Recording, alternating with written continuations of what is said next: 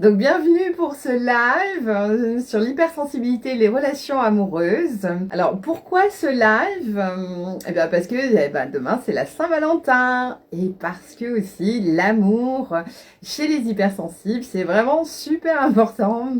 Alors aujourd'hui ce qu'on va voir, enfin ce soir ce qu'on va voir ensemble c'est les défis, les forces des hypersensibles, des personnes très sensibles en amour. Et puis voilà. Et puis à la fin du live, vous aurez les super conseils pratiques de notre experte. Alors déjà, si vous avez des questions pendant le live, notez-les bien, on y répondra à la fin.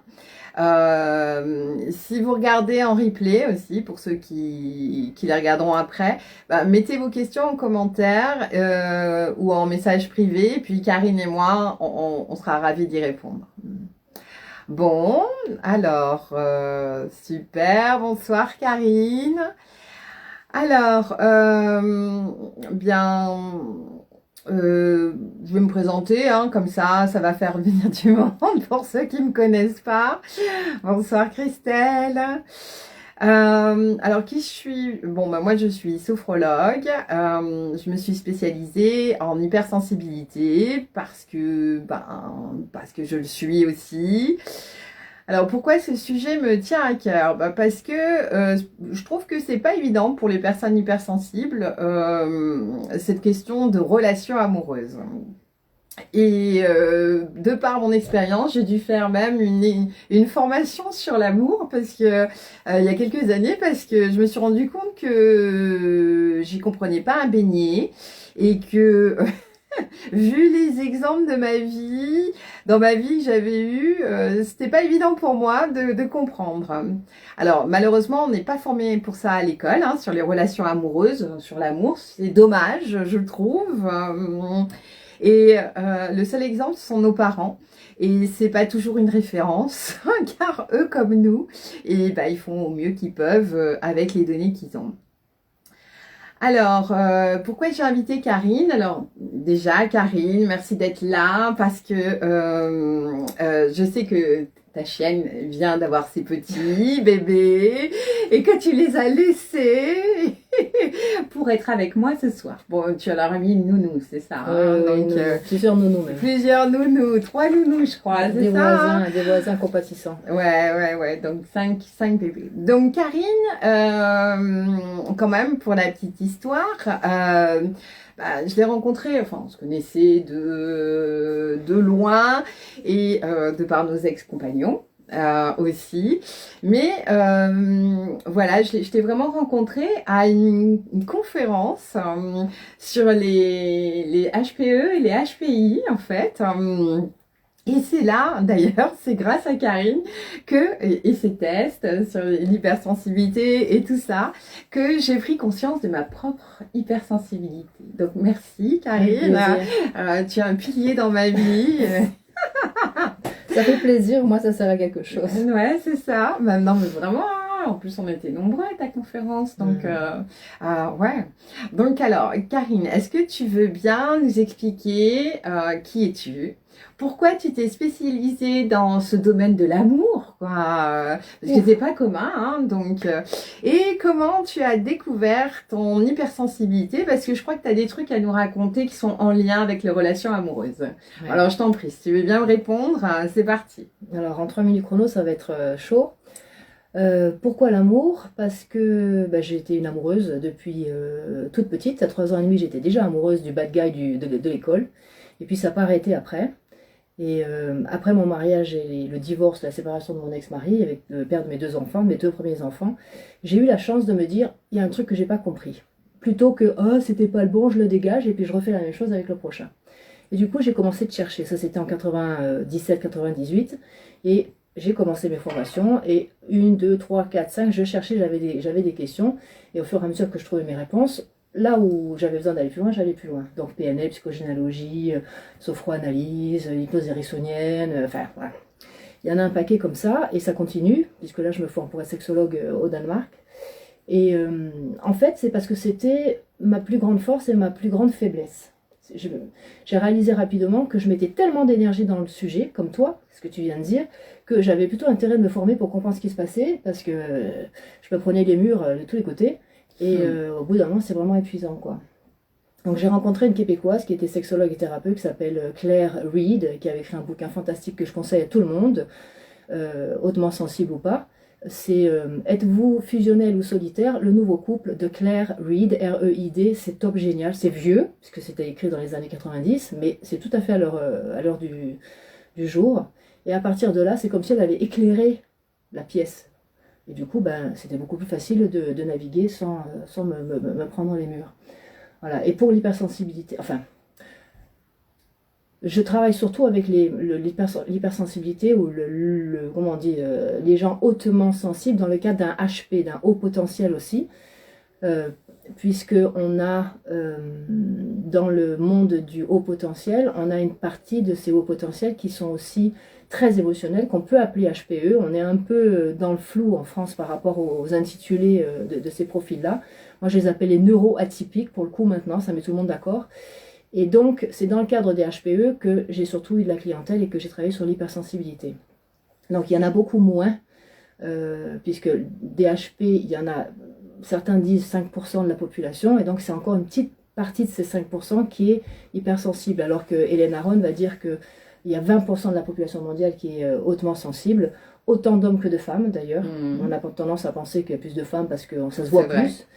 Les hommes sont souvent encouragés à plus le cacher que les femmes. Et en fait, j'ai découvert, parce que ma gamine, mon ado, ma dernière, elle avait plein de côtés atypiques et de souffrances à l'école, bien qu'on ait fait beaucoup l'école à la maison. Et puis de fil en aiguille, par des rencontres, par hasard, j'ai plongé dans le domaine pour elle, et puis je me suis rendu compte qu'en fait, j'étais concernée, mes autres enfants étaient concernés, mes meilleures copines étaient concernées, et que ça faisait des années que j'évoluais dans ce milieu-là, dans ce monde-là, sans le savoir.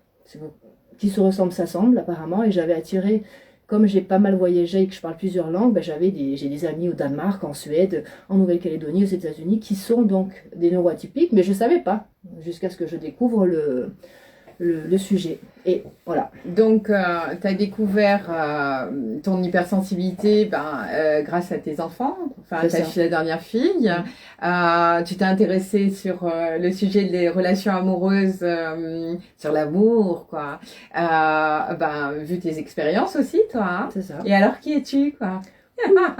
Tu parles 5 langues, elle est extraordinaire, elle parle 5 langues, c'est incroyable. C'est juste ma vie, quand on habite dans un pays, c'est normal d'apprendre la langue des autres pour pouvoir communiquer avec eux, en tout cas moi ça me plaît. Alors qui es-tu en gros dans ton métier, on va dire, voilà. Donc tu es coach. Je suis coach. Love coach. Coach de vie, love coach. Coach santé aussi, quantum health coach en anglais, je suis formée avec des Américains. Je sais plus tellement. Et tu vas être bientôt sexologue. Je vais être sexologue avec. Pourquoi la sexologie? Enfin, pourquoi tu fais une formation là-dessus? Alors déjà, c'est pas dans le sens français, parce qu'en France, il faut être médecin et puis avoir une sur-éducation là-dessus et devenir sexologue. Je fais ça au Danemark justement parce que là-bas c'est différent. Et donc c'est plutôt sexothérapeute si on devait donner un mot français. Parce que on parle d'amour, le sexe ça intervient à un moment donné, c'est obligé. Hein, c'est un peu ce qui fait la différence entre l'amitié et l'amour. C'est ça. Donc j'ai fait beaucoup d'études en autodidacte, j'ai lu plein de bouquins et je me suis renseignée et puis j'ai expérimenté. Et là j'ai eu envie, avec cette Danoise qui est vraiment géniale, qui s'appelle Joanne Hurting, de concrétiser une formation, une certification, c'est un master en sexologie qui se fait sur 2 ans, pour pouvoir accompagner officiellement mes neuroatypiques dans leur vie amoureuse et intime. Voilà. Super, merci Karine. Alors, juste avant de continuer, comment toi, tu vois, c'est quoi pour toi l'hypersensibilité? Alors, quand j'ai commencé de naviguer dans ces eaux-là, je me suis rendu compte que c'était devenu un mot valise et que tout le monde en parlait beaucoup, c'était très à la mode, mais qu'on n'était pas forcément d'accord sur ce qu'on mettait dedans. Alors j'ai regardé, puis j'ai un peu disséqué. Et alors, ce que je vous partage là, c'est mes propres expériences, mes propres études et mon point de vue du moment. Hein. On se reparle dans un an, je dirais peut-être autre chose. Mais En tout cas, j'ai séparé en 4 groupes, on va dire, le mot hypersensibilité. Donc, il y en a un qui s'appelle hypersensibilité, effectivement, un qui serait plutôt de l'hyperréactivité, de l'hyperémotivité et de l'hypersensorialité. Donc, l'hypersensibilité, moi, ce que je mets dedans, c'est cette capacité de sentir un peu les ambiances et puis le côté empathique, d'aller chercher les émotions des autres, tout ça. Dans l'hyperréactivité, pour moi, c'est plus de l'ordre de la thérapie. Ça veut dire que quelqu'un qui a été tapé comme ça, boum, boum, boum, toute son enfance, il va avoir un gros bleu ici. Lié au trauma. Voilà, et si moi, je viens ici appuyer dessus, l'autre, il va me dire, mais qu'est-ce que tu fais, t'es folle? En fait, c'est parce qu'il a déjà un bleu là, et je viens juste appuyer dessus. Donc ça se traite en thérapie. Ouais. Pour moi, ça n'a rien à voir avec la haute sensibilité. C'est plus quelque chose de la réactivité. Ensuite, l'hypersensorialité, on s'aperçoit que les HPE, les personnes hautement sensibles, ont souvent des hyperesthésies, c'est-à-dire que un des sens, 2, 3 ou 4, ou tous, 5 ou tous, vont réagir plus fort que la normale. Et du coup, on va se démarquer par rapport à... Si on est dans un groupe de neurotypiques, on va avoir froid plus vite, on va être gêné par les sons plus rapidement, la lumière va nous embêter plus rapidement. Au niveau du toucher, et dans la relation amoureuse, c'est intéressant, moi quand j'ai compris ça, je dis « Ah d'accord, ah ouais, je comprends mieux ». Si on est très sensible au niveau du toucher, et amoureusement, si on a une espèce de gros balourd qui nous touche avec des grosses patoches, on va faire aïe, aïe, aïe, aïe, aïe tout le temps. Et en général, les hommes, ils n'apprécient pas trop quand on est trop réactif comme ça dans la douleur. On va dire. Ça peut être bien et ça peut être super et désagréable, très désagréable aussi. C'est ça. Donc, et quand on ne le sait pas, on va se dire putain, j'ai un problème ou quoi. Puis l'autre en face se dit ah c'est bon, il n'y a jamais personne qui s'est plaint. Et quand on le sait, on peut dire à l'autre si je fais aïe, c'est parce qu'en fait je suis hypersensible au niveau tactile, donc vas-y mollo. Voilà. Quand on sait, on peut l'exprimer et dans l'interaction, c'est beaucoup plus facile. D'accord. Ok, donc pour toi, dans l'hypersensibilité, il y a plein de variantes, d'origines différentes aussi. C'est ça. Et donc l'hyperémotivité, c'est parce qu'on va avoir les émotions qui vont partir dans tous les sens. On va pleurer devant des films, si quelqu'un pleure, on va pleurer avec. Et ça peut paraître cuculapraline. Pour le regard des autres, bien sûr, ils comprennent pas forcément, donc forcément, c'est d'ailleurs c'est pour ça que c'est marqué, enfin c'est souvent noté que l'hypersensibilité c'est une fragilité alors que pas du tout. Non, mais si on sait la maîtriser, c'est une super force en fait. Ouais, non, mais je te rejoins pleinement. Bon, super. Alors, alors maintenant qu'on a fait un petit peu le tour sur toi, on reparlera, parce que tu es auteur aussi, mais on reparlera après, parce que on va rentrer dans le vif du sujet. Donc, c'est parti pour mes questions. T'es prête? Je suis prête. Donc, le cœur du live. Donc, on va partir sur l'hypersensibilité en amour. J'aimerais bien que tu m'expliques. Que tu nous expliques. Merci. Oh, Mélanie, merci de nous avoir rejoints. Que tu nous expliques quelles sont les principales différences en amour entre une personne hautement sensible et une personne qui n'est pas hypersensible. Alors déjà, j'aimerais quand même dire que c'est pas parce qu'on a mis un mot dessus, qu'on a mis une étiquette, qu'on peut globaliser. C'est comme si on disait, je pars d'une table. Une table, c'est un plateau avec au moins 3 pieds. Ouais. Mais c'est loin de définir toutes les tables qui existent sur le marché. Donc c'est toujours un peu dangereux de globaliser, mais en même temps, l'étiquette, le mot permet de nommer et de faire exister le sujet. Donc,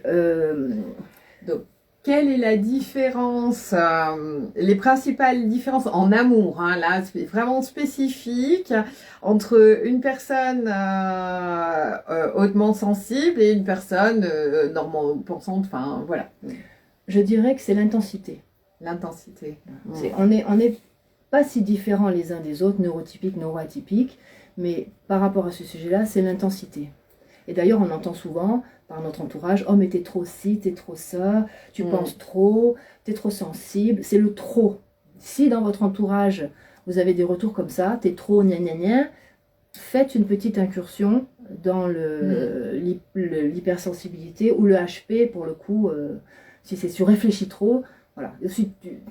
Par exemple, je suis passée la cinquantaine, là, je fais encore plein d'études, je fais un master, je fais un doctorat avec des Américains, et mes copines du même âge, elles me disent, oh là là, est-ce que tu es courageuse? Mais moi, le courage, ça serait de pas le faire. Parce que si j'étudie plus, je meurs, en fait. Donc, si vous Ouais. êtes ce genre de profil, allez chercher dans les zones du HP aussi. Donc toi, la différence vraiment, c'est l'intensité. C'est-à-dire que dans ce que je comprends de ce que tu dis, une personne hypersensible va aimer, va ressentir le sentiment d'amour, on va dire, beaucoup plus fort qu'une personne qui n'a pas cette caractéristique. Beaucoup plus fort et beaucoup plus vite aussi. Donc, on peut en faire fuir certains parce que comme on a une espèce de ressenti global de l'autre aussi, puis on peut avoir des flashs de ce qui va se passer, les scénarios qu'il va y avoir quand il y a une rencontre, c'est comme si le cerveau il déstockait une espèce de plusieurs tapis rouges là, ok il peut se passer ça, ça, ça, ça, ça. Comme on sent où on va, on n'a pas peur. Et puis on sait qu'on s'est cassé la gueule déjà plein de fois, puis on s'est relevé. Donc, moi, à un moment donné, je m'appelais Kamikaze de l'amour. J'avais bien vu que c'était pas très sain ce que je faisais, mais c'est pas pour ça que j'étais aussi plus prudente, quoi. Puisque je tombe, mais je me relève. Oh, c'est pas grave. Mais si, c'est grave, parce qu'au bout d'un moment, on laisse un peu des plumes quand même, hein, et puis de l'énergie. Donc toi, ce serait l'intensité, puis la rapidité, ouais, le fait de, voilà, comment dire, s'enflammer très vite. J'y vais, j'ai pas peur. Et ça peut retomber aussi vite, hein, des fois, quand on s'aperçoit finalement l'autre, ah ben non, en fait, le portrait robot que j'avais fait, je me suis trompée, hein, et ben ça peut retomber aussi vite. Hein. Ouais. Et pour toi, être hypersensible, c'est un plus ou bien un défi dans un couple? C'est un plus si on maîtrise.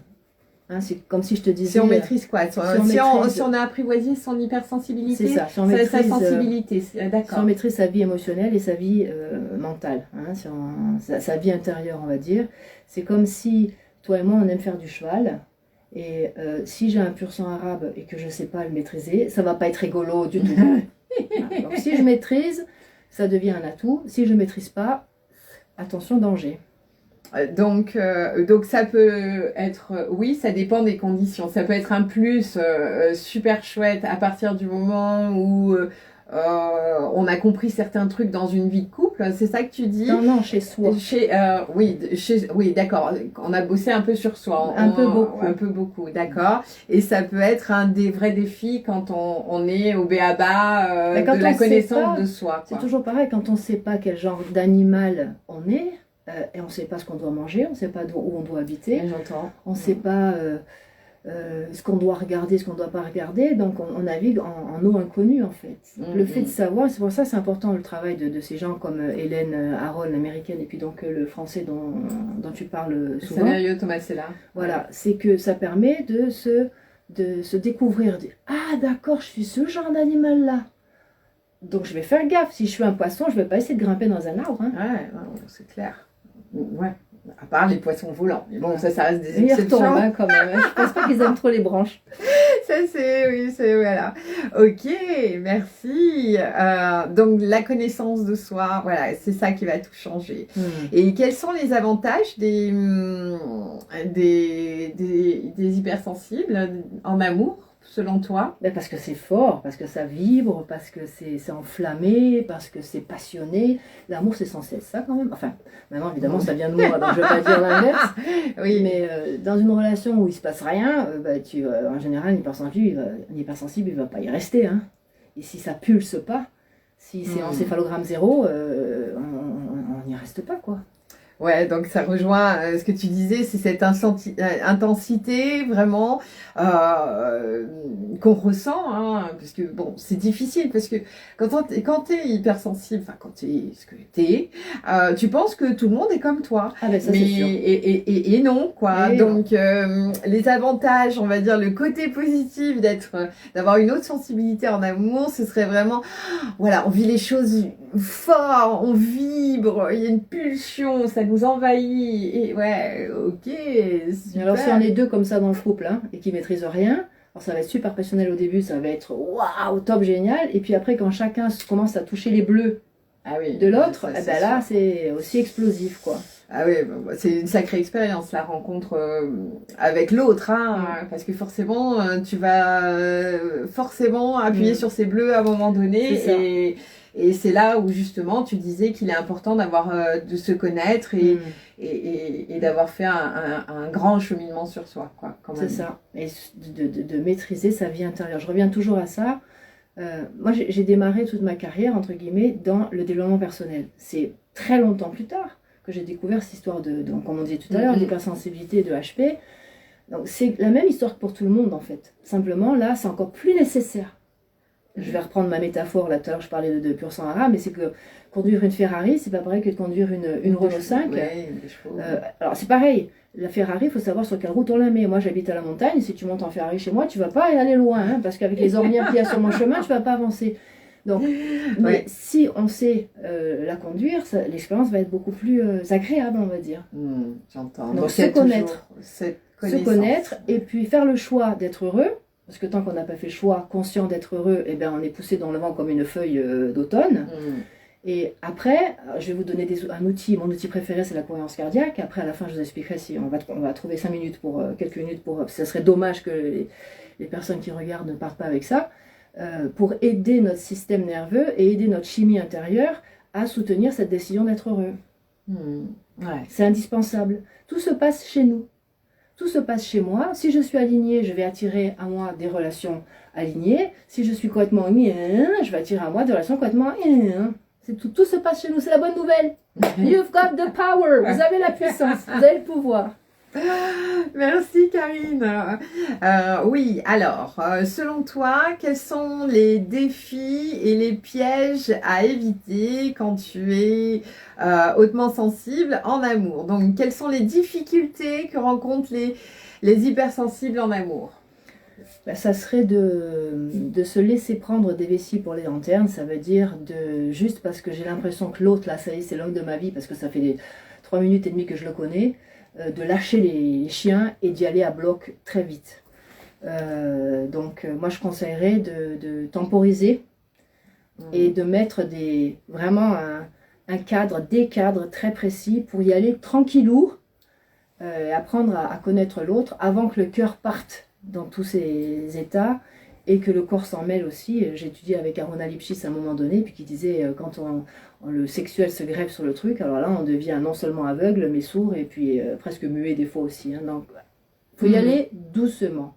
Donc toi, ce serait les difficultés, donc c'est notre côté de partir comme une fusée, quoi, en fait. Au quart de tour, et puis comme on a une espèce de vision globale de ce qui se joue, de prendre tous les petits signes pour des grands signes. Ouais, c'est vrai, les signes, ouais. Ouais, c'est ça. D'accord. Et quoi d'autre? Quelles d'autres difficultés que pourraient rencontrer justement les personnes hautement sensibles en amour? Celles qui le sont le savent déjà, puisqu'elles ont déjà dû se prendre des murs, des râteaux et des murs. J'ai envie de te dire que si la personne fait son taf personnel, si elle fait son boulot de cohérence cardiaque, d'alignement, si elle a fait le choix d'être heureuse, ça veut dire quoi faire le choix d'être heureux? Ça veut dire que je vais regarder ce sur quoi je pose mon attention et où je mets mon énergie. Ça veut dire que les petits trucs, là, oh il a dit ci, il n'a pas dit ça, je ne vais pas m'arrêter dessus parce que j'ai décidé d'être heureuse. C'est comme si on prenait plus de recul par rapport à ce qui se joue et qu'on se laisse moins impacter par des petits trucs. Oui, des petits trucs, tu veux dire que quand tu es hypersensible, tu aurais plus tendance à regarder tous les 5 minutes si t'as pas laissé un message, et puis d'en faire un drame si t'as pas laissé un message, tu vois, comme dame, etc. Parce que tous les soirs, normalement, à 20h pile, il t'appelle, il t'envoie un message, et là, il l'a pas fait, donc t'es dans tous tes états, il a une maîtresse, machin, nanana. Donc c'est le fait d'en faire, c'est trop, hein, enfin, voilà, une montagne. Donc, si j'ai décidé d'être heureuse, je ne vais pas me laisser partir, je ne vais pas m'autoriser à partir dans ce genre de... D'accord, mais ça peut être une difficulté en amour pour les personnes qui n'ont pas encore fait ce cheminement, quoi. Là, c'est ça. Quand je travaille en coaching, la première séance, elle tourne tout autour de ça, que la personne prenne conscience qu'elle a le pouvoir de choisir ce sur quoi elle pose son attention. et choisir d'être heureuse. Alors, il faut s'entraîner, hein, parce qu'on a l'habitude on a des chemins neuronaux qui sont bien installés par rapport à ce qu'on regarde, et puis gna gna gna, on va critiquer ci, on va critiquer ça, on va râler sur ci, spécifique d'hormones de stress, par exemple, si on pense à quelque chose de négatif, et le corps devient addict à ça. Et si on ne travaille pas sur soi, il y a quelque chose en nous qui va redemander, ça fait un grand vide en fait, hein, et qui va redemander, ben tiens, elle est où ma frustration quoi, C'est du ça. jour, d'accord, ok. Comme des symptômes de manque. Bon, j'ai jamais eu tellement d'addiction chimique comme ça, matérielle, à la drogue ou au vin ou au café, mais par contre, j'ai été addict à l'état amoureux. Et à un moment donné, j'en ai pris conscience et j'ai fait une espèce de retraite où j'étais toute seule. J'avais pas mon amoureux, j'avais pas mes enfants et ça, mais j'avais mal de partout. Je me suis dit, je suis en train de vivre des symptômes de sevrage en fait. Ouais. J'avais l'intestin à l'envers, j'avais des crises d'angoisse dans la nuit, j'arrivais plus à dormir. Ça a duré bien une semaine, 10 jours. C'est quand t'es shooté, hein. Quand j'ai arrêté de fumer, moi j'avais même genre de. J'étais insomniaque même. C'est ça. C'était une addiction à l'état amoureux. Tu t'imagines? Waouh. Ah ouais, je suis impressionnée. Bon, écoute, donc ça peut être une difficulté, hein, Tout à fait. être camé à l'amour, quoi. Voilà, c'est ce qui, bah tiens, c'était mon poste d'ailleurs, en plus. Alors moi, j'aimerais aussi te demander pourquoi les personnes hypersensibles tombent souvent dans des relations toxiques ou avec des PN, des pervers narcissiques, quoi. Alors ça, c'est intéressant. Il y a un petit côté naïf. J'ai vu qu'il y avait un petit côté naïf chez les personnes hautement sensibles et les neuroatypiques en général, dans le sens où quand on nous dit un truc, on le croit. Une des valeurs... On prend les choses au premier degré, c'est ça? On prend les choses au premier degré, puis en plus, il y a un côté honnêteté. En général, on a la valeur sur la vérité, sur l'honnêteté, sur l'intégrité, et comme on pense que tout le monde il est pareil que nous, que tout le monde il est gentil, tout le monde il est bienveillant, et ben si on nous dit un truc, on va le croire. Le problème avec les profils PN, c'est qu'ils mettent le cerveau en paradoxe. C'est-à-dire qu'ils vont te dire un truc, et puis 3 secondes plus tard, ils vont te dire le contraire. Et là, boum, ça fait bugger le cerveau. Mais comme on a tendance à croire ce que les autres ils disent, et qu'on a une grande capacité à se remettre en question, on va se dire, tiens, c'est bizarre. Et là, la phrase clé, quand je le dis en conférence, les filles, elles sont mortes de rire à chaque fois, c'est, non mais c'est moi ou quoi? C'est moi ou quoi là? Parce qu'on sent qu'il y a un truc qui va pas. Mais comme on fait confiance à l'autre, puisqu'il a dit, et que ce qu'il dit, je le crois, parce que quand moi je parle vrai, ça met tout le système... et du coup, on se perd.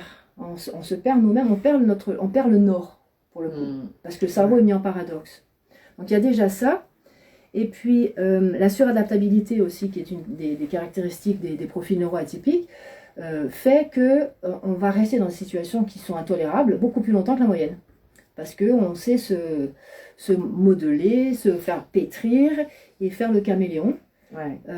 Avec la confusion qu'il y a sur le cerveau au départ, parce que l'autre il nous a mis dans paradoxe, ben, ça fait qu'au lieu de partir au bout de 3 semaines, parce que toutes les lumières sont rouges là, eh ben, on va rester 3 semaines, 3 mois, 3 ans, 10 ans, jusqu'à ce qu'on en meure en fait. Il faut arriver très loin. Psychiquement, on va dire. Hein, voilà. Psychiquement. Même des fois, ça peut arriver. Mais très loin dans le mal-être pour partir, pour sauver sa vie en fait. C'est pour très souvent... l'état de survie, quoi. Voilà, très souvent, on sort de la situation parce qu'on sent que si j'en sors pas, là, je vais crever. Ça va très loin. On va jusqu'au boutisme, quoi, en fait. Hein. C'est ça. Il y a une espèce d'engagement aussi de jusqu'au boutisme où attends mais j'ai pas essayé ça, puis comme on se remet en question tout le temps, j'ai pas essayé ça encore, alors on essaye et puis on se prend un mur aussi, mais on va rester, vraiment la caractéristique c'est qu'on reste beaucoup trop longtemps dans une situation qui serait intolérable pour la plupart des gens normaux. Et donc, selon toi, ce serait lié à cette suradaptabilité, ce côté caméléon qu'on a? Ouais. D'accord, ok. Alors c'est une force aussi, hein. Moi, j'ai jamais souffert à l'école, moi, par exemple, parce que j'étais suradaptable, donc j'ai toujours navigué dans les eaux où je tombais. Et j'étais copine avec tout le monde. Donc j'ai pas souffert à l'école. Il y a beaucoup de neuroatypiques qui souffrent énormément à l'école déjà. Et dans les couples, c'est pareil. J'arrivais toujours à trouver quand même mon oxygène. à un moment. Donc, alors ça, c'est vraiment un couteau à double tranchant parce que ça fait que tu restes plus longtemps, du coup. Hmm. Ouais. Et j'avais une question, je l'ai perdue. Je l'ai pas notée.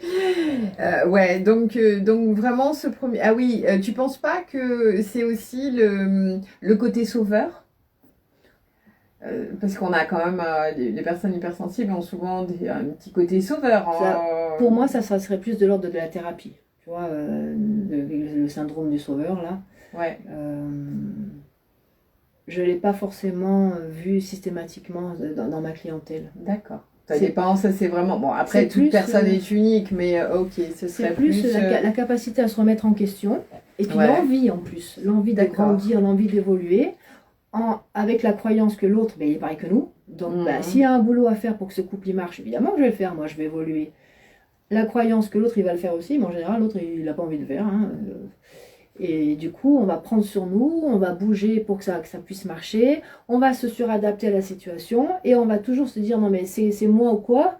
Et puis bon, un pervers, une personne avec une haute perversité, elle va justement, dans sa stratégie, c'est de nous faire douter de nous-mêmes, quoi. C'est Donc, ça. À partir du moment où ton cerveau est en paradoxe, ben, ça bouge plus. Il n'y a plus rien qui ouais. bouge. Mm. Tu le vois dans les yeux des gens. Si on regarde les gens dans les yeux, on voit que le cerveau, c'est mes formateurs, ils appelaient ça toter. C'est comme un disque quand on est la génération, la nôtre de génération. Vous vous rappelez quand il y avait des disques qui étaient rayés, le disque il fait nion, chic, nion, Ah, ouais, chic, c'est ça. nion, chic. Et le cerveau fait pareil. Et on peut rester comme ça très longtemps, Ouais, des sais. années. Ouais, j'entends. J'entends. Alors, merci. Les personnes hypersensibles en couple, hein, et non hypersensibles, est-ce que c'est compatible comme relation amoureuse et comment gérer une relation où l'autre ne comprend pas forcément l'hypersensibilité? Voilà, c'est deux questions en une. Mais donc déjà la première, est-ce que hypersensible et pas hypersensible, est-ce qu'ils peuvent être, est-ce que c'est compatible? Est-ce que ça peut marcher dans une relation?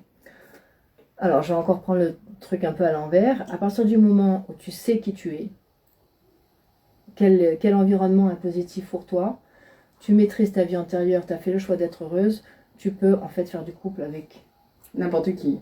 presque. Ouais, d'accord. Mais alors, quand tu n'as pas fait ce cheminement, est-ce que... Eh ben, fais-le. Fais-le. Il n'y a Tu pas veux de pas recette. répondre à ma question? Non, il n'y a pas de recette.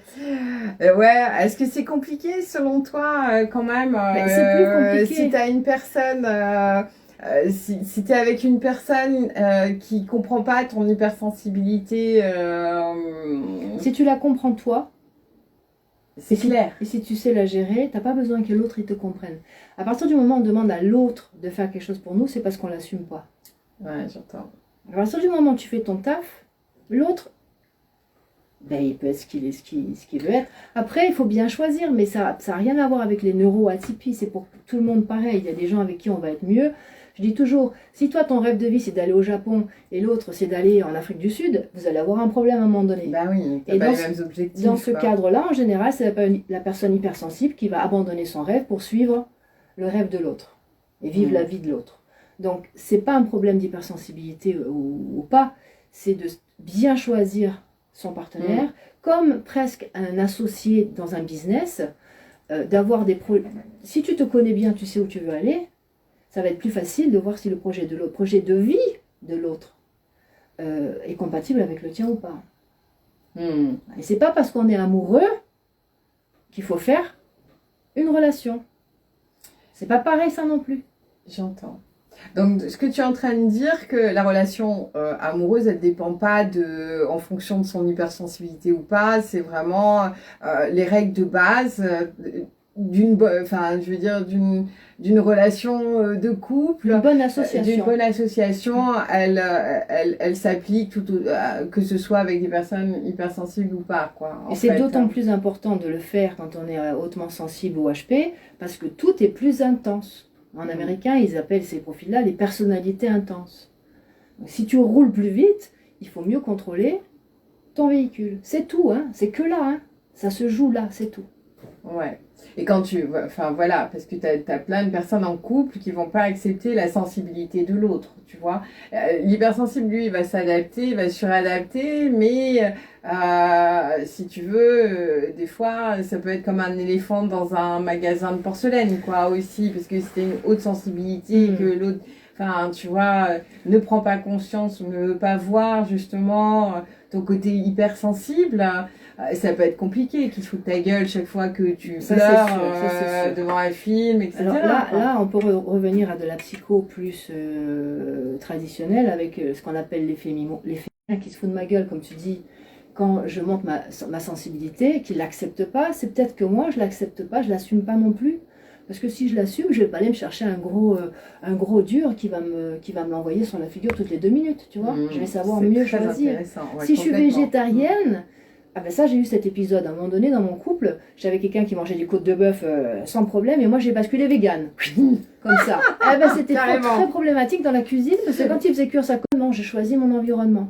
Donc en fait, c'est à nous de ce que tu es en train de dire, que comme dans une autre relation de couple, mais d'autant plus quand tu as une haute sensibilité et que tu la connais, c'est à nous de faire les bons choix et de choisir, par exemple, si tu es une femme, un homme, ou quand c'était un homme, une femme, qui saura respecter ta nature, quoi, en fait. C'est ça. Ben, si je respecte ma nature, moi, je vais me mettre au bon endroit. Oui, c'est ça. Donc, bien sûr, c'est toi qui choisis ton environnement. Alors, ça peut vouloir dire que si j'accepte, je découvre que je suis comme ça neuroatypique et que je l'accepte et que je l'assume, je vais devoir faire des changements dans ma vie. C'est Hélène Aron qui dit ça. Le premier truc, c'est déjà donc de savoir que ça existe, d'accepter.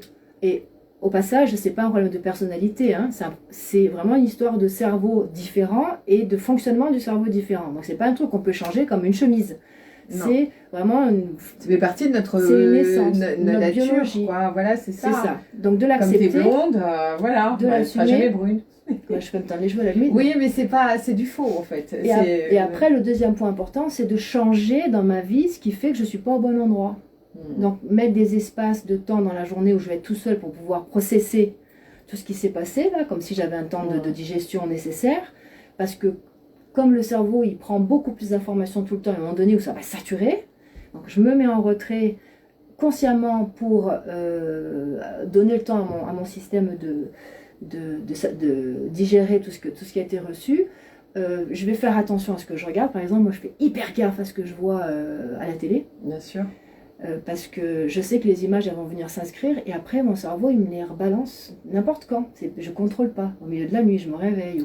Et là je fais une formation de sexologue donc au Danemark. L'autre fois là ils nous ont vu nous passer des extraits de films porno, mais je n'ai pas regardé. Parce que je sais que ça va venir se mettre dans ma tête et j'arrive plus à m'en débarrasser.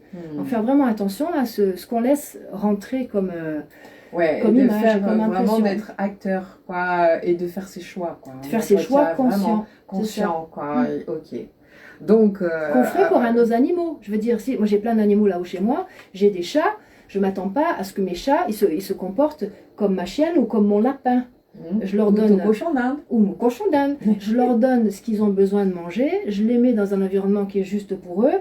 Je leur demande pas d'être autre chose que ce qu'ils sont. Mais ça c'est pour toutes les relations avec les gens. Aruna Lipschitz, elle disait, j'adore son image, elle dit il faut pas demander à un concombre d'être une tomate. Donc si moi je sais que je suis une tomate et que j'ai envie d'avoir une vie qui est harmonieuse avec mes valeurs et tout ça, je vais plutôt m'arrêter sur des tomates. Si le couple dans lequel je suis aujourd'hui, j'ai un concombre, ben pour que ça se passe déjà, il faut que je prenne conscience que moi je suis une tomate, lui c'est un concombre, et que arrêter de lui demander d'être autre chose que ce qu'il est. Oui, et de faire avec et de trouver des zones de rencontre. Bon, qu'est-ce qu'ils ont en commun, les tomates et les concombres? Ils ont des graines les deux. Bon, ben on peut se rencontrer sur les graines, par exemple. Hein. Ouais, je te rejoins pleinement. Alors, Karine, comment éviter les pièges de la fusion? Parce que souvent, l'amour est tellement intense que l'autre, on se fond, voilà, et de la dépendance affective en tant qu'hypersensible. Parce que ça c'est difficile, quoi. Enfin, pour l'avoir vécu, hein, la fusion, pour moi, c'est une question de timing et de contexte. Ça veut dire que quand tu es en plein ébat amoureux avec ton chéri, là, c'est bien d'être capable de fusionner et de vraiment de se fondre et tout ça. Par contre, si quand il est parti, tu restes accroché au truc et tu continues de vivre par rapport à sa vie à lui, parce que tu as disparu, là c'est embêtant. Donc il faut réussir à faire la part des choses et se rendre compte, ok, là c'est un moment à nous, donc fusion, ok, là c'est un moment à moi, donc je repasse sur mon programme perso et je fais les choix qui sont bons pour moi. Ouais, j'entends, mais c'est super difficile, tu vois. Tu vibres, enfin, quand t'es amoureux, tu vibres, tu regardes tout le temps ton téléphone, voilà, t'es en hyperfusion, même d'ailleurs, bon, bah, comme on dit, hein, on fait le caméléon, hein, donc on va aller faire des trucs que, franchement, qui nous dérangent, même pour faire plaisir à l'autre, quoi. Et on est super dépendant, quoi. Alors, il y a un passage dans les relations amoureuses où ça, c'est nécessaire. Mais d'où l'importance de bien choisir la personne sur laquelle on va focaliser tout cet amour-là. Parce que je ne sais pas si vous êtes au courant, mais l'amour, il est chez vous. Hein, c'est vous qui le portez. Et à un moment donné, il y en a un qui arrive et puis qui appuie sur la porte. Là, tac, oh, ça s'ouvre, comme les portes des placards. Tac, il appuie, puis ça s'ouvre. J'adore l'image. Mais on peut choisir de le laisser rentrer ou pas. Et pour ça, il faut savoir qui je suis, pour savoir avec qui je vais être bien.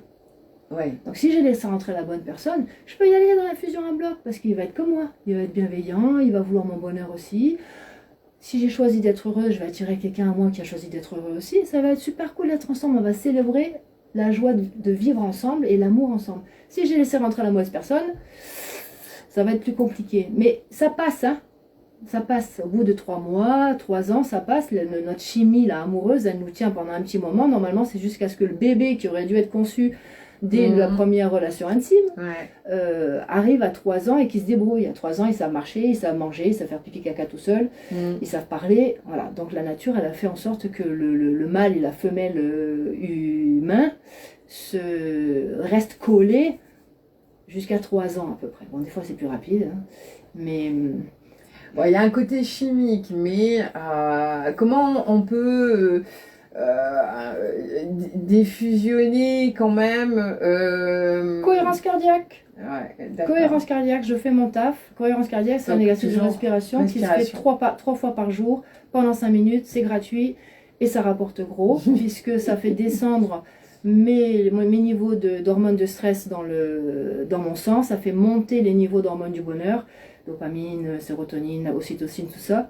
Ça rééquilibre le système nerveux central, sympathique, parasympathique. Et ça fait... Alors, parce que peut-être vous ne savez pas, mais en fait, on a 40 000 neurones dans le cœur qui sont indépendants et qui sont les mêmes que les neurones qu'on a dans le cerveau, mais qui communiquent avec, mais ils sont pas... c'est pas le cerveau qui décide tout, comme on a appris nous à l'école quand on était petit. Le cerveau, c'est le grand boss là-haut, et puis il décide tout. Ben, en fait, pas du tout. Ils ont fait des études, se sont rendus compte que dans les échanges entre le cerveau et les neurones du cœur et les neurones du cerveau, sur 10 échanges, il y en a 9 qui partent du cœur. Donc quand je fais la cohérence cardiaque, ce qu'on voit quand on est branché sur le moniteur, là, sur l'application, c'est que mon cœur se met à battre de façon cohérente et envoie des messages cohérents au cerveau. C'est quand même plus facile d'être cohérent dans ta tête quand tu as 9 messages de cohérence qui t'arrivent. Hein. Donc toi, ton message, c'est vraiment pour pallier à cet excès de fusion, parce qu'on est quand même trop, et même dans cette dépendance qu'on a, parce qu'elle est trop, c'est déjà apprendre à se connaître. Voilà, s'aimer soi, hein. Et puis, quand ça nous arrive, quand on est submergé, en fait, c'est de revenir à cette respiration, enfin, à un système de respiration, cohérence cardiaque notamment, ou d'autres qui nous conviennent, quoi, pour réguler tout ça et reprendre, on va dire, son pouvoir, parce que quelque part, quand t'es dépendant, mais c'est trop tard, hein. Quand si t'es déjà parti dans live, là, dans ta relation, c'est trop tard. La cohérence cardiaque, c'est comme se brosser les dents, hein. On se brosse les dents quand on a mangé 3 fois par jour. Ça fait Toi, tu suggères de la faire tout le temps en amont. Ça fait partie du rituel de la journée parce que si mon système sanguin est à l'habitude d'être plein d'hormones du bonheur, d'abord je vais y tomber addict. Puisqu'on est, de toute façon, on est des êtres d'addiction. Hein, donc il vaut mieux être addict au bonheur plutôt d'être addict au stress ou à la frustration. Donc à partir du moment où je fais mon travail tous les jours de cohérence cardiaque, je vais être beaucoup plus stable, moi. Mes cellules, je vais avoir dans mon sang un cocktail d'hormones du bonheur beaucoup plus important que si je ne le fais pas. Du coup, même si la vie, elle me pousse un peu, je vais revenir droite beaucoup plus vite, puisque c'est ce que j'ai dans mon sang. Alors que si je suis hyper stressée, et qu'en plus, je suis stressée par-dessus par un événement, là, je vais faire une overdose pour le coup. Hein. C'est là qu'on pète un câble, hein, qu'on a des poussées de colère, et puis tu as le cerveau, tu as l'impression qu'il va griller. Donc la cohérence cardiaque, c'est tous les jours. Et donc aussi, je rajouterai donc la cohérence cardiaque tous les jours à partir de maintenant, posologie de Karine. Donc faire les bons choix. Bon, ça prend du temps de faire, enfin d'être observatrice, de bien choisir, c'est ça. Hein. Et donc ça prend du temps, c'est ça. Pas forcément. Alors, un gros avantage aussi de la cohérence cardiaque, c'est ça, comme ça met vraiment notre cœur, nos neurones du cœur, nos neurones du cerveau en phase. C'est comme si ça nous branchait sur notre plein potentiel aussi. Ça veut dire qu'on va avoir des pensées qu'on n'a pas d'habitude, des idées qu'on n'a pas d'habitude, une clairvoyance qu'on n'a pas d'habitude, l'intuition qu'on a tout le temps qui arrive, on va l'entendre pour le coup. Et ça va être beaucoup plus facile de On va être plus open parce qu'on se reconnecte à soi, c'est ça. C'est ça. Et donc on va être on aura beaucoup plus de lucidité dans nos choix et ok. Et là on pourra interpréter les signes comme quoi ça va pas, quoi, en fait. Ah ben, on va le Parce voir. que comme on est on va aveugle, quand on se prend des shoots, mais bon après c'est hormonal, c'est normal au début, mais là on pourra avoir cette lucidité, quoi. C'est ça. Et on va changer notre chimie intérieure et on va changer aussi notre destin presque, j'ai envie de dire, puisque ce que j'attire comme événementiel dans ma vie est forcément en lien avec moi. Hein. Si moi je suis beaucoup plus branchée sur mes parties lumineuses, on va dire, j'aime pas trop parler de lumière et d'ombre comme ça, mais sur les parties de moi équilibrées, ben forcément en face je vais attirer des relations plus équilibrées. Oui, bien sûr. Tout part de nous, en fait. Tout part de nous. Et on attire ce que l'on est. Hein. C'est vraiment et la bonne des parts nouvelle. sombres aussi, de par notre vécu, etc. C'est ça. Mais tu as raison, ouais, je te rejoins pleinement. Alors, on va parler justement de construire une relation épanouie. Alors, tu nous as donné déjà pas mal d'outils, Karine. Pour toi, quels sont les piliers, vraiment, les incontournables d'une relation amoureuse épanouie pour une personne hypersensible? C'est comme pour les autres. C'est la connaissance de soi. Connaissance de soi. La décision d'être heureux. Et ça, tu vois, en avançant dans l'âge, à force de perdre des amis et la famille, et réaliser qu'en fait, on est des espèces d'étincelles qui passent sur la planète comme ça, c'est plus facile de prendre cette décision-là, tu vois. Quand tu es jeune, tu as l'impression que tu as tout le temps, et puis tu te laisses plus porter par les trucs. Mais là, moi, ça, je sens vraiment, depuis que j'ai passé la barre de la cinquantaine, et que j'ai perdu beaucoup de proches, qu'il n'y a pas de temps à perdre, en fait. Chaque seconde, chaque minute, chaque instant devrait être vécu dans l'exaltation, dans le meilleur possible. Et on a le choix, hein. On a le choix d'interpréter tout ce qui nous vit. Alors là, nous, moi, je peux parler, on est en France, on est bien, c'est sûr que là, il y a des pays aujourd'hui où c'est terrible, et que je leur dis ça, certainement qu'ils me casseraient la gueule.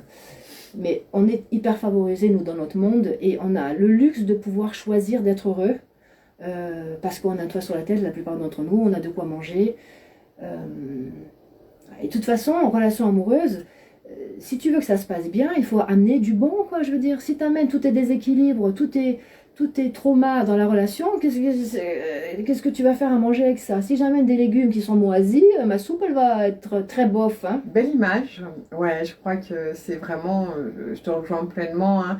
C'est plus tu seras bien avec toi-même. C'est pas attendre de l'autre qui nous guérisse, parce que c'est souvent comme ça, hein, c'est ça. Même relation hypersensible ou pas, hein, on attend souvent que l'autre nous rende heureux, et non, c'est lui donner une trop grande responsabilité. Donc forcément, les hommes ou les femmes s'en vont, ou on n'attire pas forcément les bonnes personnes, hein. Donc, l'idée, c'est de prendre conscience qu'il n'y a que nous qui pouvons nous donner heureux, et que l'autre, c'est la cerise sur le gâteau. C'est ça, et puis la première relation amoureuse que l'on a, c'est quand même avec nous-mêmes, parce qu'on est avec nous 24/24. Exactement, hein. Mais je crois que moi, alors, bon, c'est un autre sujet, mais je vais y aller brièvement. Je pense que voilà, le seul amour inconditionnel qu'on peut l'avoir vraiment est vrai, c'est pour nous-mêmes, quoi. Tu vois. Il faut commencer par là, en tout cas, ça c'est voilà, sûr. en tout cas, voilà. Donc, ok. Donc pour toi, ça c'est vraiment le pilier, quoi, incontournable. Ok. Alors, pour toi, alors, forcément, mais j'ai préparé mes questions, et quel est le profil idéal du partenaire pour une personne hypersensible, homme ou femme? Le profil type pour une personne Je vais te dire pareil, d'abord on est tous différents, hein.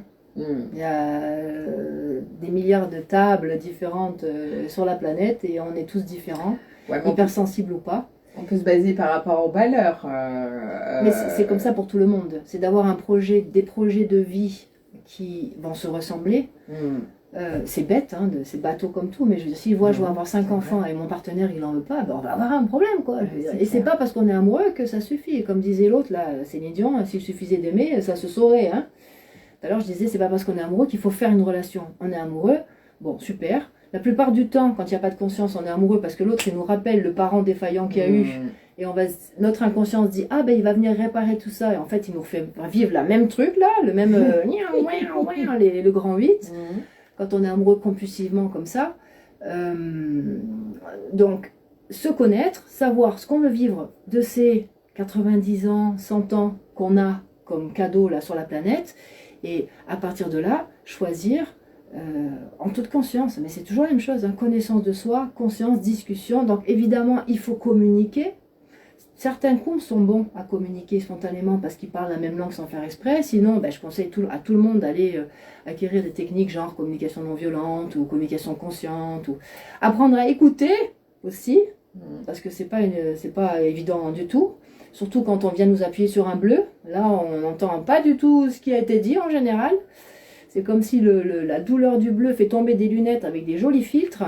Je dirais à s'écouter d'abord aussi, parce que à écouter, hurler, cette part de nous, quoi, qui dit ah déjà aussi, hein, ça commence par ça. Et puis aussi à écouter l'autre. Ok. Il faut savoir où on en est, quoi. Et tant qu'on est dans la découverte, se servir du couple comme miroir. Ok, si je vis ça, c'est d'une manière ou d'une autre, ça m'appartient. Soit mon histoire perso par rapport à mon enfance, soit ce que j'ai vu mes parents vivre, soit dans la généalogie, hein, psychogénéalogie. En France, on est super bon avec ça. Là, au Danemark, ils connaissent pas. Je suis en train d'apprendre ça à tout le monde. Oh, personne n'en parle là-bas. Ah ouais. C'est français comme. Donc, avec quel ancêtre je suis en lien, qui a vécu telle chose qui fait qu'aujourd'hui, moi, je suis en train de me dépatouiller avec ça, alors que c'est pas du tout ce que j'ai envie de vivre. Les mémoires, ouais. Et puis pour ceux qui aiment aller au-delà, moi j'y vais pas parce que c'est un peu trop invisible pour moi, mais il y en a qui vivent des trucs aussi apparemment en lien avec leur vie antérieure. Alors, voilà. Bon, on va revenir là. Voilà, donc il n'y a pas de profil idéal du partenaire défini. Ça sera en fonction de nos valeurs, le choix de quelqu'un qui soit dans les mêmes valeurs que nous, du choix de personnes qui a les mêmes objectifs que nous. Voilà. Donc et parce que et ça c'est pas facile comme choix, comme tu le disais, parce que souvent on est en mode bip bip. Je vais vers ce que je connais, donc je vais prendre profil papa, maman, enfin bref, etc. Notre cerveau aime bien nous refaire vivre des choses qu'on connaît déjà parce qu'il a su les gérer. Donc il vaut mieux du connu, même si c'est pourri, rassurant, que de l'inconnu où du coup il va falloir déployer des nouvelles stratégies de survie. Complètement. Ok, merci. Alors, quel conseil, Karine, pour terminer, tu donnerais aux personnes hypersensibles qui recherchent une relation saine et épanouissante? Prenez soin de vous, apprenez à vous connaître, assumez vos différences, en se rappelant que c'est donc physiologique, et faites de la cohérence cardiaque. Bon alors Karine, on y va, on va se faire, allez on prend le temps, de toute façon je déborde tout le temps, donc on n'est plus à ça près, donc vas-y, fais-nous, parce qu'il y a sûrement beaucoup de personnes qui savent, qui nous regardent et qui ont déjà fait la cohérence cardiaque, mais nous on veut la version Karine. C'est pas la version Karine, c'est la version de l'Institut HeartMath en Californie, ceux qui ont inventé ce système-là, qui ont découvert qu'il y avait donc 40 000 neurones dans le cœur. C'était en 1991. Tu t'imagines? C'est l'âge de mon fils. Ça fait quand même 33 ans que c'est su. Et c'est pas encore totalement arrivé ici de l'autre côté de l'Atlantique. Hein. Bon alors on y va? On y va. On y va. Donc il y a plein de supports sur YouTube. Vous tapez exercice cohérence cardiaque en français ou en anglais comme vous voulez. De toute façon, il n'y a pas de mots, donc on s'en fiche. On peut suivre En général, c'est une petite boule qui monte, qui descend. 5 secondes. 5 secondes. Pour les enfants, ils mettent un peu moins, genre 4 secondes parce qu'ils ont moins de place dans les poumons. Moi, j'aime bien aller à 6 secondes, voire 7. On inspire et on Ouais, mais expire. ça dépend des personnes. Ça quoi, dépend des personnes, du donc il faut souffle. Ouais, tester. il faut tester. Il y a une application sur le téléphone qui s'appelle Respire Relax où on peut justement choisir combien de secondes on veut faire. On va mettre sa main ou quelques doigts là comme ça sur le plexus cardiaque pour que l'attention soit à cet endroit-là. On va donc inspirer 5 secondes. Moi, je préfère par le nez et expirer par le nez aussi, puisque je veux que mon attention elle soit là. Donc, si je dois inspirer par le nez et expirer par la bouche, ça me fait monter l'attention. On peut faire les deux. On peut inspirer par le nez ou la bouche et expirer par le nez ou la bouche au choix. Souvent, les experts te disent d'aller par le nez parce qu'on risque moins d'hyperventiler. D'accord. Parce que si on est très stressé, qu'on respire comme ça tout le temps, d'un coup on se met à faire des grandes inspirations, oui, la tête elle va tourner, on va hyper... Bah oui. Donc on y va. on inspire 5 secondes, on expire 5 secondes en focalisant sur le cœur. On va visualiser que l'air rentre dans mes poumons par le plexus cardiaque et ressort par le plexus cardiaque. Donc j'ai vraiment mon attention ici. Ça stimule aussi le thymus qui est donc le centre du système immunitaire. C'est bon pour l'immunité aussi. Et dès que tout ça c'est en place, parce qu'il y a plusieurs niveaux, et c'est très bien comme exercice pour les esprits agités parce que ça oblige à se concentrer, à focaliser, par rapport à se mettre sur un coussin à méditer comme ça, de hyper agité à comme ça, en général on devient fou. La cohérence cardiaque, ça fait un passage intéressant pour les cerveaux agités entre l'état normal, diurne, et puis une méditation posée. Et ensuite, le dernier niveau, on va dire, c'est de ressentir une émotion positive, agréable, la gratitude étant l'émotion qui donne le plus de résultats. Quand on est branché sur l'ordinateur et qu'on arrive à ressentir de la gratitude, on voit que le cœur il s'aligne en une seconde. C'est vraiment impressionnant. Donc, inspirer vraiment en conscience, en visualisant le trajet de l'air dans le cœur. Voilà, et puis, et je souffle. Et tu fais ça combien de temps? 5 minutes. 5 minutes 3 fois par jour, parce qu'ils se sont rendus compte que quand ils font des prises de sang et qu'ils regardent les sécrétions chimiques au niveau du sang, l'effet de la cohérence cardiaque dure 6 heures. Donc toutes les 6 heures, 9h, 15h, 21h, vous mettez une alarme. Et puis au lieu d'aller fumer une clope, eh ben, vous allez au pipi room, vous enfermez à clé, vous faites votre cohérence cardiaque. C'est meilleur pour la santé. Merci infiniment Karine pour toutes ces clés, vraiment, c'est chouette, jusqu'à l'exercice, c'est top, merci vraiment. Alors si tu veux bien, on va faire un petit résumé. Donc, alors, moi je te dis et toi tu rajoutes vraiment en résumé. Hein. Donc, ce qui rend les hypersensibles uniques en amour, c'est l'intensité et la rapidité. Ok. Les pièges à éviter, enfin, relations toxiques, fusion, incompréhension. Faire confiance à son alarme intérieure. Si ça fait gzzz, s'il y a un truc qui gzzz, j'y vais pas. Les Américains avec qui j'étudie, ils disent si c'est pas un grand oui, eh ben c'est que c'est un grand non. D'accord. Les piliers d'une relation saine. Je me connais, je décide d'être heureux et je fais mon taf tous les jours pour être le meilleur de moi-même. Super. Et les conseils pour s'épanouir en amour en tant qu'hypersensible? Étudiez-vous, étudiez les relations amoureuses, étudiez la communication, étudiez la résolution de conflits, je ne l'ai pas dit tout à l'heure. Important de savoir communiquer, important d'avoir des techniques de résolution de conflits parce que ça va forcément arriver. C'est deux galaxies qui se croisent, donc à un moment donné, les planètes, elles s'entrechoquent. C'est obligé. Étudier, donc c'est apprendre, oui. C'est ça. Hein, apprendre, étudier, regarder, expérimenter, se poser des questions. Aller, comme quand on était petit, quand on est dans un bac à sable, je cherche, je creuse, je construis des trucs, ça marche pas, je construis autre chose. Retrouver la curiosité qu'on avait quand on était petit pour ce sujet qui est super important. Si on veut être en couple, il faut étudier le couple. Si je veux conduire une voiture, je vais passer le permis de conduire. Ouais, super, oh, j'adore cette conclusion. Merci. Donc, merci infiniment Karine pour tous tes conseils. Alors, ah oui, ouais, attends, je vais pas te laisser partir comme ça. T'as écrit un bouquin. J'ai écrit un bouquin qui est en restructuration et le tome 2 va pas tarder à sortir. C'est sur Amazon, sous mon nom d'auteur. Tu peux le mettre plus, attends, on va le mettre, donc, voilà. Karine c'est le livre, alors peut-être c'est à l'envers, hein, mais bon, voilà. C'est sûrement à l'envers. Oui. C'est à l'envers, mais bon, voilà. Paris, nos âmes et nous, c'est une romance initiatique où l'héroïne est hypersensible et HP, mais elle ne le sait pas. au début du bouquin, elle ne le sait pas du tout, parce qu'en fait, j'ai commencé à écrire ce truc-là en 2005, et je ne savais pas du tout. Et donc, elle grandit avec, et dans le tome 2, qui va bientôt sortir, il y aura plein il sort quand? de détails, j'espère à juin 2025. Super. Voilà. Moi, je vous recommande vraiment vivement Karine pour tout ce qui est relations amoureuses. Elle est vraiment experte. Partagez ce live aux personnes qui en ont besoin. Hein. Il y en a sûrement beaucoup. Et puis, si vous avez d'autres questions, posez-les-nous dans les commentaires. Merci en tout cas d'être là. Et à très bientôt aussi pour le prochain live du mois prochain. Je serai cette fois-ci avec Lorraine, une personne hypersensible. Bon, bah, ciao, bonne soirée. Bye.